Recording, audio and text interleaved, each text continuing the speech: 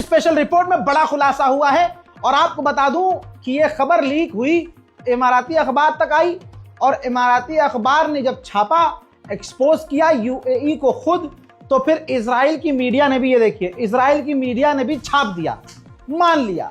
क्या छापा है कि यूएई आपका पसंदीदा दुबई, जी हां, दुबई ने फिलिस्तीन के लड़ाकों यानी हमास हो, अल कस्साम ब्रिगेड हो, कोई भी हो जो इजराइल के दुश्मन थे, इन 2.5 सालों में यूएई ने अपने तमाम एयरबेस, मिलिट्री बेस जो अलग अलग जगहों पर, चाहे सूडान में हो, चाहे सोमालिया में हो, इरिट्रिया में हो या कहीं खुद के यहां हो, उसने तमाम अपने एयरबेस, मिलिट्री बेस का इस्तेमाल इजराइल को करने दिया, फिलिस्तीन पर हमला करने के लिए, गज्जा पर हमला करने के लिए। और इन तमाम मिलिट्री बेस, अपने मिलिट्री बेस का इस्तेमाल किया जो गाजा के लड़ाके हैं और हमास है उसके तमाम इंटेलिजेंस हासिल करने के लिए, जासूसी करने के लिए।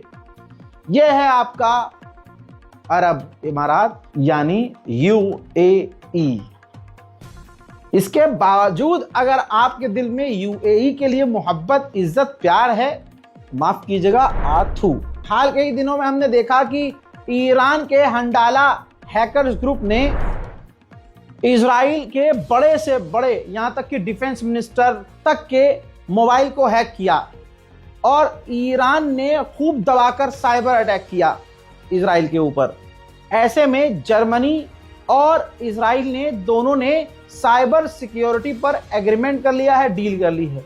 दोनों अब साइबर सिक्योरिटी में एक दूसरे की मदद करेंगे। उधर WHO ने फिर से कहा है कि आज की तारीख में भी, इस वक्त भी गाजा के 18,500 लोगों को इसी वक्त गाजा छोड़कर विदेश जाकर इलाज कराने की जरूरत है। वहीं इजराइल ने कई सारी यूएन एजेंसियों और ऑर्गेनाइजेशन से रिश्ते खत्म कर लिए हैं और उनके साथ बातचीत और काम भी करना बंद कर दिया है।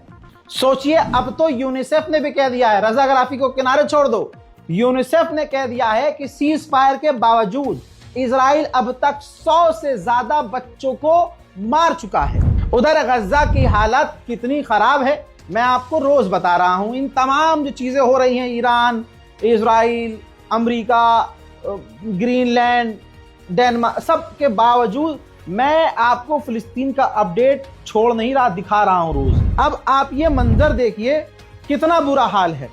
दोस्तों, एक बार फिर से बारिश लगातार हो रही है गाजा में और तूफान के साथ, तेज हवाओं के साथ, जिसकी वजह से टेंट उजड़ रहे हैं, टेंट उड़ रहे हैं। सर्दियों से लोग, बच्चे बीमार हैं, कई लोग मारे गए हैं। वहां भाई अब नॉर्मल जिंदगी भी बिताना मुश्किल है। खाना पानी हम मदद जैसे तैसे पहुंचा तो रहे हैं, लेकिन इसका क्या इलाज है भाई? कपड़े तक नहीं है। अच्छा, हमने अपनी जो बहन है उनसे कहा कि भाई कपड़े वपड़े का इंतजाम कर लीजिए, तो जो भी होगा हम करेंगे। तो उनका यह है कि यहाँ ना बाजार है ना कोई मार्केट है। जो मदद आती है जैसे तैसे 2 नंबर के रास्ते से या फंडिंग या रिश्वत देकर आईडीएफ को जैसे भी आती है, तो वो लूट ली जाती है रास्ते में, या उनको कई बड़ी कीमतों में बेचा जाता है, 10 गुना कीमतों में। अभी भी बहन का ये कहना है कि दिक्कत अभी भी खाने पीने की है। तो दोस्तों, मैं आपसे क्या कहूं, मुझे बार बार बोलना अजीब लगता है, इसीलिए हम इन अकाउंट डिटेल को शेयर करते हैं, क्योंकि स्कैनर काम नहीं करता। तो मैं इसीलिए बोल देता हूं कि स्कैनर काम ना करे तो बैंक अकाउंट डिटेल यहां नीचे, IFSC code, account number, bank की तमाम जानकारी यहां नीचे मैंने दी हुई है। ये इसलिए ताकि कल को ये ना कहे कोई कब्र में जाके, अल्लाह हमारे पास तो कोई जरिया ही नहीं था, कोई रास्ता ही नहीं था। बाकी आप दुआ में जरूर याद रखिए, पूरी दुनिया के मुसलमानों का हाल बुरा है, लेकिन सबसे बुरा हाल फिलिस्तीनियों का आज भी है। अपडेट यह है कि अमेरिका इजराइल को $2 बिलियन के टैंक देगा। जी हां, अभी उसको और टैंक की जरूरत है तबाही मचाने के लिए। अब सोचिए, ईरान के प्रदर्शन के खिलाफ Germany, Canada, America, France, Britain सब बोल रहे हैं। अब जरा ये जर्मनी में हो रहे प्रदर्शन को देखिए। फिलिस्तीन के लिए जो लोग सड़कों पर शांतिपूर्वक तरीके से प्रदर्शन कर रहे हैं, ये ईरान की पुलिस नहीं है, मुंह पे घूंसे बजा रहे हैं। जर्मनी की पुलिस अपने ही नागरिकों के मुंह पर घूंसा बजा रही है। तवज्जो चाहूंगा, रिपोर्ट को शेयर कीजिएगा, दुनिया भर में ये वीडियो जानी चाहिए, हमारी अपडेट पहुंचनी चाहिए। शेयर कीजिए, अपना ये दीनी फरीजा समझिए। दोगलापन देखिए इस जर्मनी का, ईरान के खिलाफ बयानबाजी कर रहा है कि ईरान प्रदर्शनकारियों को मार रहा है, और ये क्या कर रहे हैं, ये प्रदर्शनकारियों का स्वागत फूलों से कर रहे हैं क्या? लड़की हो, लड़का हो, बूढ़ा हो, बुजुर्ग, कोई भी हो, मुंह पर घूंसा बजाया जा रहा है, कोहनियों से पीटा जा रहा है, और फिर ये सब करने के बाद गिरफ्तार भी किया जा रहा है। उधर मैं आपको वेस्ट बैंक का भी हाल दिखा रहा हूं।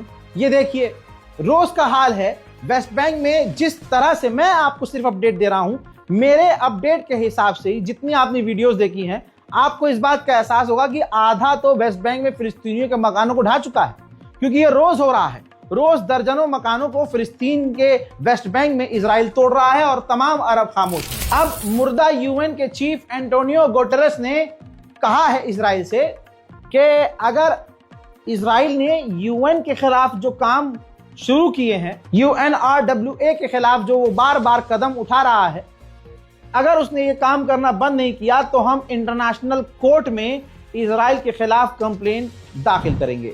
भारत में बैठा हुआ एक गंदा झुंड जो इजराइल को सपोर्ट करता है, कल इजराइल उनके भी पिछवाड़े में छतरी डालकर खोलेगा। क्योंकि सोचिए, अर्जेंटीना पूरी तरह से अंधभक्त था इजराइल का, नेतन्याहू का एकदम करीबी था।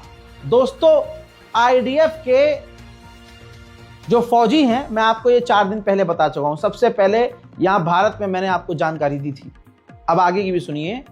अपडेट ये है कि जंगल की आग अर्जेंटीना की बुझी नहीं है, और ये आग लगाई थी इजराइल के फौजी ने।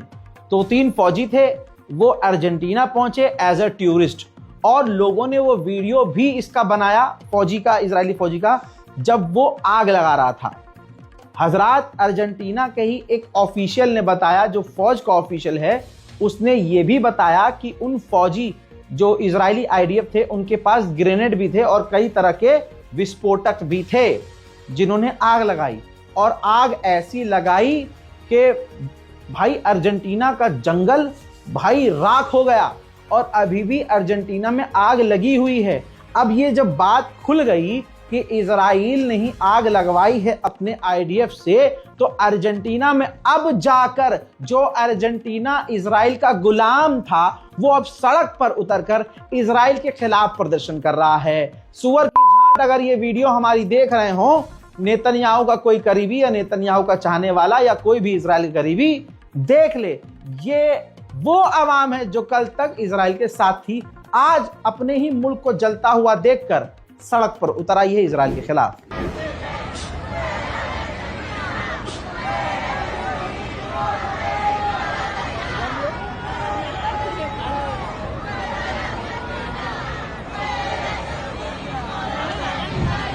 इजराइल पूरी इंसानियत के लिए खतरा है।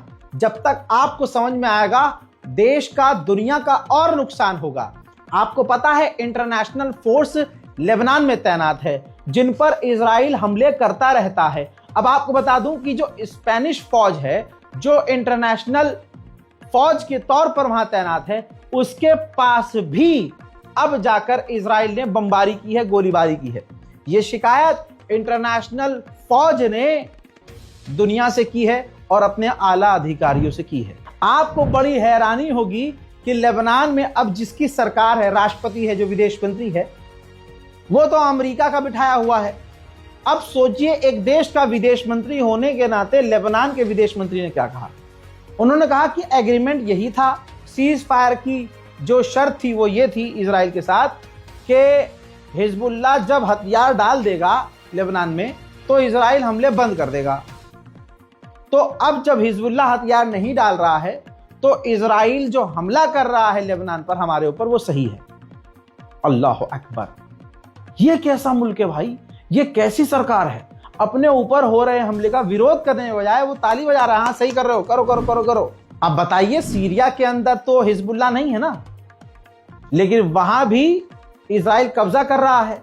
सीरिया का माउंट हर्मोन, जो सीरिया के आपके पसंदीदा जोलानी ने गिफ्ट के तौर पर इजराइल को सौंप दिया, भाई खतरनाक बर्फबारी के इस मौसम में भी इजराइल की फौज उस माउंट हेरमोन पर गश्त कर रही है, मौजूद है।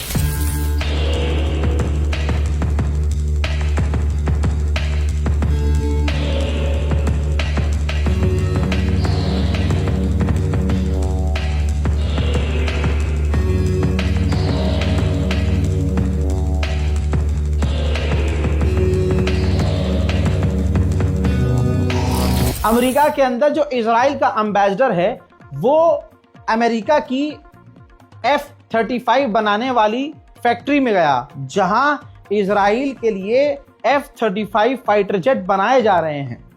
उसने वहां का दौरा किया और खुशी जताई और कहा कि हमें जो है बहुत जल्द अमेरिका के F-35 टॉप फाइटर जेट मिलने वाले हैं। उधर एक लंबे समय के बाद सऊदी अरब से ही इजराइल खौफ खा रहा है। क्यों? सऊदी अरब जो पाकिस्तान, तुर्की, कतर और इजिप्ट के साथ मिलकर एक अलायंस, एक ग्रुप बना रहा है, उस ग्रुप का खौफ इजराइल को है और इजराइल बहुत सीरियस होकर इस मुद्दे पर सोच रहा है। यूएई ने सूडान में क्या किया, यमन में क्या करने वाला था, यह आपको पता चल गया है। वहीं अब आपको यह बता दूं कि इजिप्ट जो है, इजिप्ट की इंटेलिजेंस ने ही सऊदी अरब को तमाम सबूत और जानकारी दी कि यूएई ही यमन के अंदर घुसपैठ करके कब्जा करना चाहता है। यानी इजिप्ट ने अपनी इंटेलिजेंस का इस्तेमाल किया और यूएई को नंगा किया। यही यूएई है जिसने चुपके से सोमालिया लैंड को मान्यता दे दी और सोमालिया के अंदर मौजूद अपनी फौज का इस्तेमाल कर रहा था इजराइल की मदद करने के लिए। इसी वजह से सोमालिया ने, मैंने कल दिखाया था आपको, सोमालिया ने आधिकारिक तौर पर ऐलान करके अपने मुल्क से यूएई के चूतड़ों पर लात मारकर बाहर कर दिया है। अभी फिलहाल याद रखिएगा, ये मेरा जुमला है, आगे आप इसको दिमाग में रखिएगा। यूएई मिडिल ईस्ट का एक नया इजराइल है। को दीन से कोई मतलब नहीं है, उसको दुनिया से मतलब है।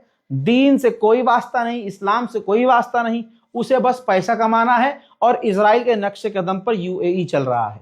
आपका यूएई के बारे में क्या ख्याल है, कमेंट कीजिएगा। फिलहाल मिडिल ईस्ट स्पेशल रिपोर्ट में इतना ही। इस रिपोर्ट को शेयर कीजिए, अपनी दुआओं में हमको भी याद रखने की कोशिश कीजिए। चैनल को सब्सक्राइब कीजिए। जय हिंद।